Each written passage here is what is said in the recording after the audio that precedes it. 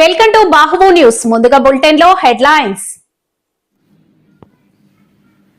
రాజధానిలో వెంకన్న ఆలయ విస్తరణకు సీఎం భూమి పూజ. టీడీపీ దండుపాళ్యం పార్టీగా మారింది. వైసీపీ మహిళా విభాగం అధ్యక్షురాలు వరదు కళ్యాణి ఆరోపణ. విజయనగరం జిల్లా పరిషత్ కార్యాలయంలో రాజ్యాంగ ఆవిర్భావ దినోత్సవ వేడుకలు.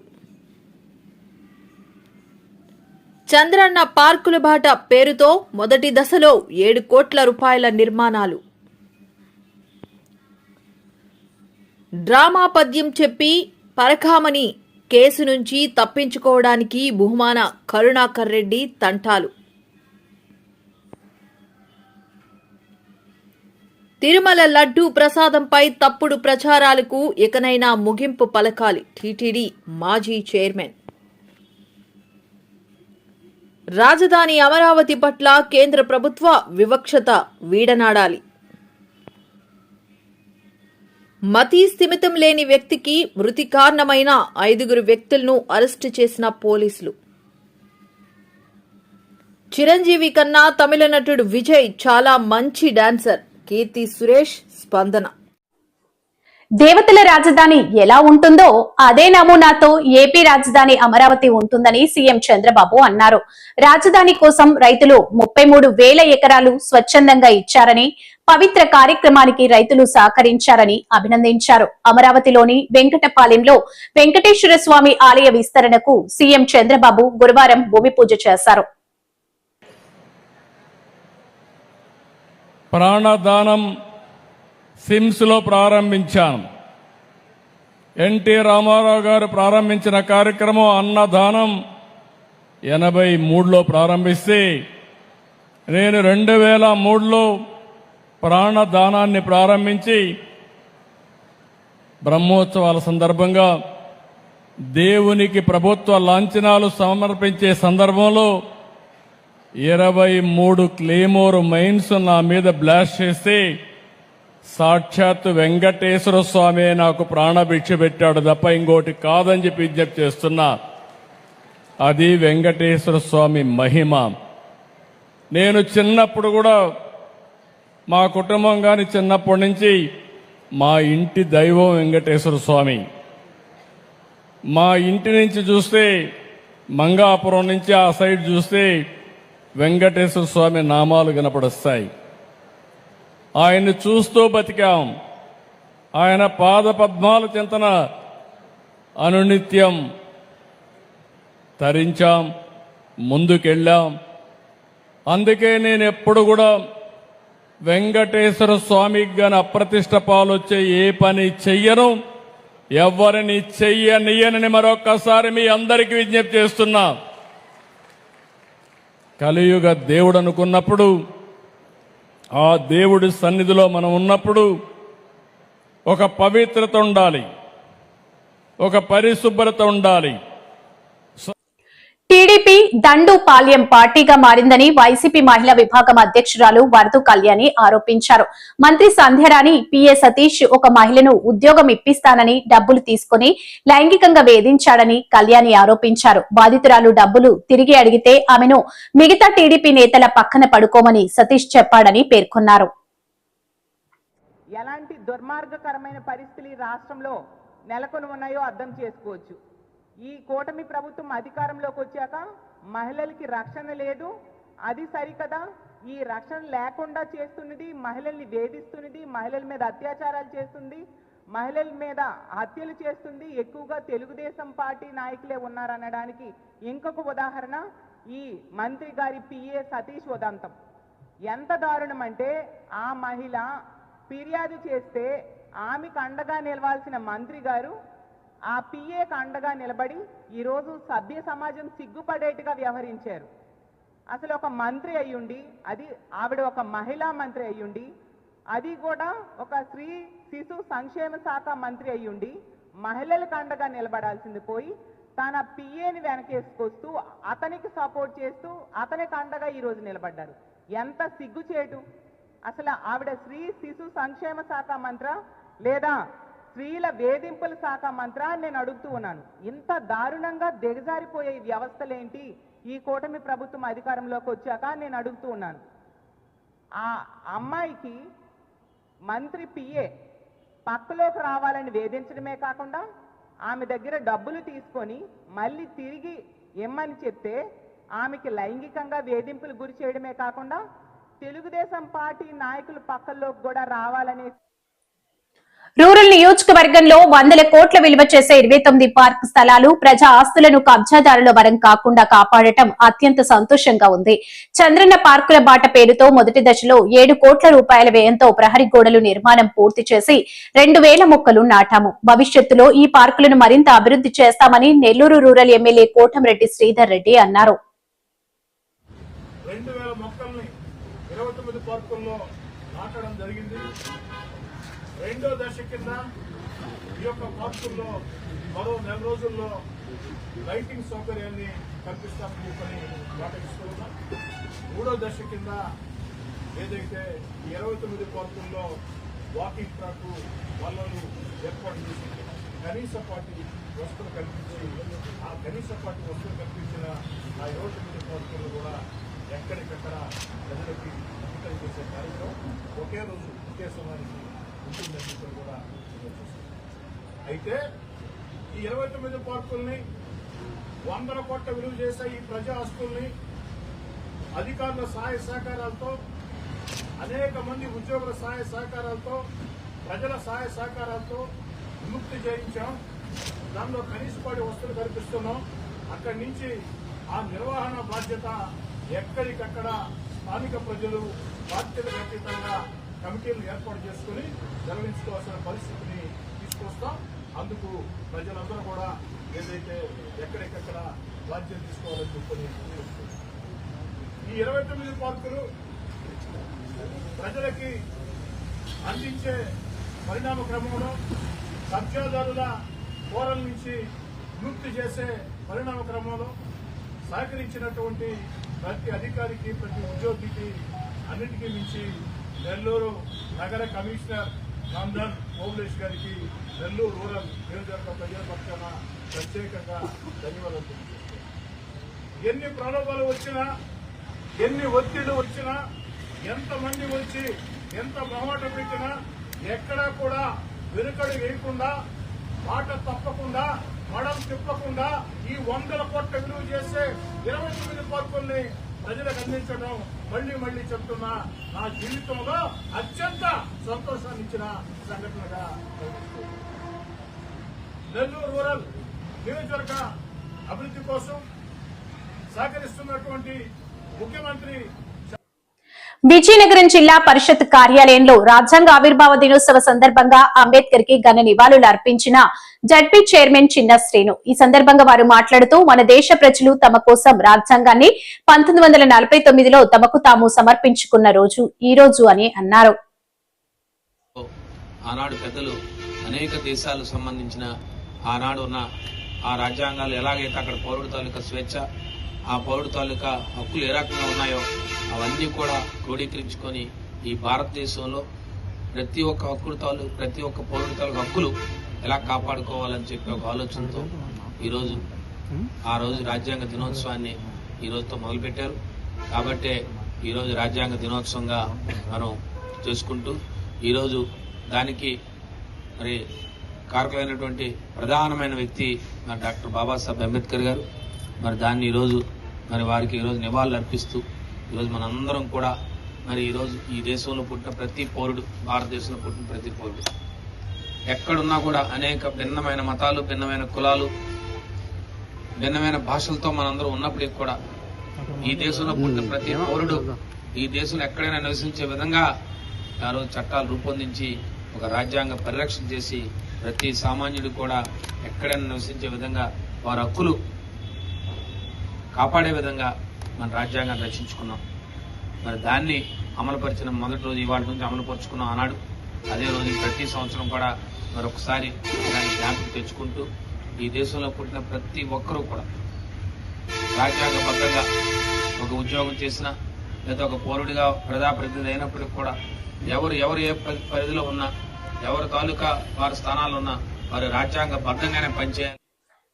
హావభావాలు భాష పటిమతో ఆయనను పోయి రావేలా హస్తినకు అని డ్రామా పద్యం చెప్పి పరకమణి కేసు నుంచి తప్పించుకోవడానికి భూమన కరుణాకర్ రెడ్డి తంటాలు పడుతున్నారని టీడీపీ పొలిట్ బ్యూరో సభ్యుడు వర్ల రామయ్య ధ్వజమెత్తారు. ముసళ్ళంటే నేను అడుగుతాను, కొన్ని ప్రశ్నలు చెప్పండి. సిఐడి మిమ్మల్ని అడిగారో లేదో నాకు తెలీదు. సిఐడి ఏం దర్యాప్తు చేస్తుందో మాకైతే తెలీదు. నువ్వు వేరే ఊహించుకోవచ్చు. మా లోకేష్ బాబు గారిని, మా బిఆర్ నాయుడు గారిని, వర్లరామయ్య అనే నన్ను, మా పట్టాభిని కలిపి ఏదో మాట్లాడావు. ఎన్ని మాట్లాడుకున్నా పర్లే, ఎందుకంటే నువ్వు కుర్తిలో పడ్డ ఎలకో కనుక అలాగే మాట్లాడతావు. పాపం నువ్వు శ్లేష్మంలో చిక్కుకున్న ఈగవు కనుక అలాగే మాట్లాడతావు. సాలెగూడలో చిక్కుకున్న పురుగు కనుక నువ్వు అలాగే మాట్లాడతావు. నేను ఒక్కటి అడుగుతానయ్యా, 14.5 crore ఖరీదైన ఆస్తులు ముద్దాయి దగ్గర నుంచి మీరు తీసుకున్నారు. దేవాలయానికి గిఫ్ట్గా డ్రామా ఆడి తీసుకున్నారు. ఆ గిఫ్ట్గా తీసుకున్నది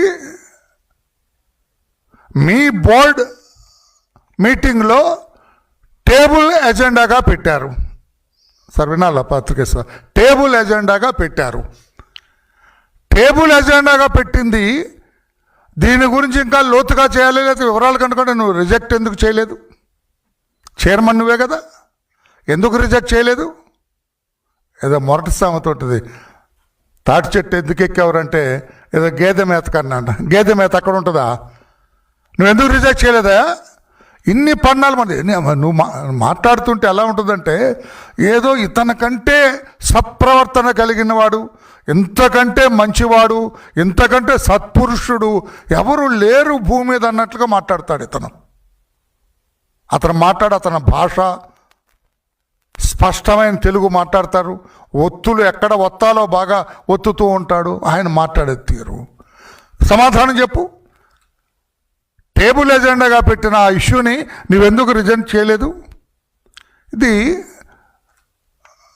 book value 14.5 crore, market value 40 కోట్లు ఇంకా పైన ఉంది.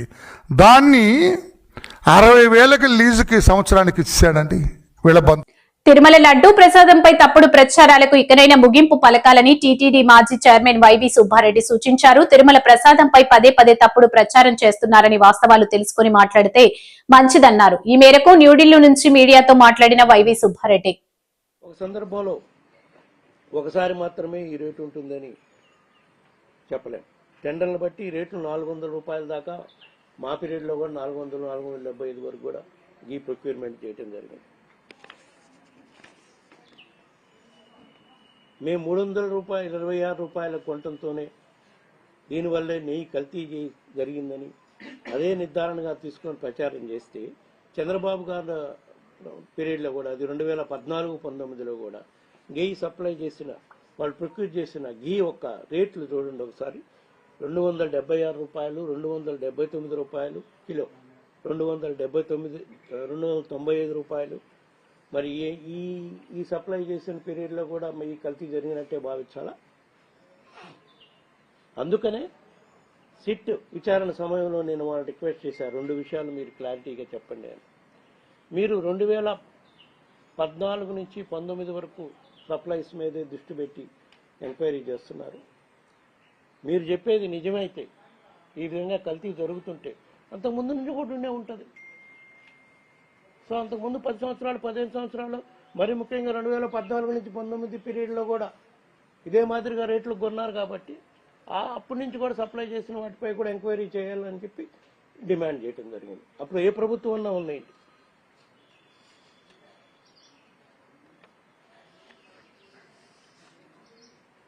ఇంత జరిగినా కూడా మొన్న రీసెంట్ సెప్టెంబర్ 2024లో టీటీడీ వాళ్ళు 475 రూపాయలకి ఘీ ప్రొక్యూర్ చేశారు. అది కూడా కల్తీ జరిగిందంట. కల్తీ నేయనంటారా? టీటీడీ కార్యక్రమాల నుంచి ఆర్థికంగా లాభపడాలని, అందులో అవినీతి చేయాలన్న తలంపు కానీ ఆలోచన కానీ నాకు ఏ రోజు నాకు కానీ నా కుటుంబ సభ్యులకు కానీ లేనే లేదు. అలాంటి ఊహ కూడా ఏ రోజు నాకు రాలేదు, చేసుకోవాలన్న ఆలోచన కూడా నాకు ఏ రోజు రాలేదు. టీటీలో నెయ్యి సప్లై అన్నది ఒక అంశమే. ఇవి కాకుండా టీటీలో విలువైన రాజధాని అమరావతి పట్ల కేంద్ర ప్రభుత్వం వివక్షత విడనాడాలి. రాజధానిగా అమరావతిని గుర్తిస్తూ పార్లమెంటులో చట్టం చేయడానికి కేంద్రం ఎందుకు జాప్యం చేస్తుంది? రాజధాని అమరావతి 1,00,000 కోట్లు అవసరమైతే కేంద్రం ఇచ్చింది 1,500 కోట్లు మాత్రమే. అమరావతిలో సిపిఎం బైక్ ర్యాలీ, సిఆర్డీఏ కార్యాలయం వద్ద ధర్నా నిరసన, సిఆర్డీఏ కమిషనర్ కు వినతి పత్రం అందజేసిన నేతలు. నిర్మలా సీతారామన్ గారు బ్యాంకుల శంకుస్థాపనకు అమరావతి వస్తున్న సందర్భంలో రాజధాని రాష్ట్ర ప్రజలు కోరుతున్నది శంకుస్థాపన చేయటంతో పరిమితం కాదు. 10 ఏళ్ల క్రితం బ్యాంకులకి కేంద్ర ప్రభుత్వ కార్యాలయాలకి స్థలాలు ఇస్తే 10 ఏళ్ల తర్వాత శంకుస్థాపన చేస్తున్నారు. ఇదేనా కేంద్ర ప్రభుత్వం యొక్క శ్రద్ధ అని అడుగుతున్నాం.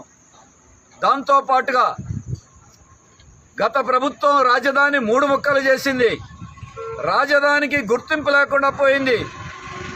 మరి వాళ్ళ డబుల్ ఇంజిన్ సర్కారుగా చెప్పుకున్నటువంటి కేంద్రము రాష్ట్రంలో ఇంతవరకు 18 నెలలు గడిచిన రాజధాని అమరావతిగా ప్రకటిస్తూ ఎందుకు చట్టం చేయరు?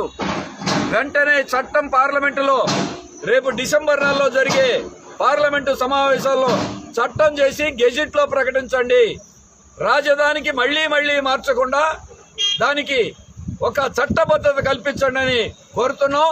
మంత్రి గారు 28వ తారీఖున ప్రకటించాలి.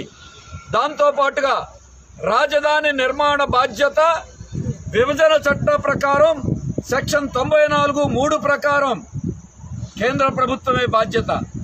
కానీ 1,00,000 కోట్ల రూపాయలు అవసరమని ముఖ్యమంత్రి గారు ప్రకటిస్తే 10 ఏళ్లలో కేంద్ర ప్రభుత్వం ఇచ్చింది 1,500 కోట్లు.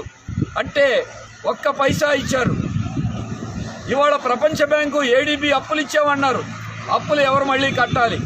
అందుకే ఇచ్చిన అప్పులని కేంద్ర ప్రభుత్వం మేమే భరిస్తామని రేపు నిర్మలా సీతారామన్ గారు ఇక్కడ అమరావతిలో ప్రకటించి తమ చిత్తశుద్ధిని రుజువు చేసుకోవాలి.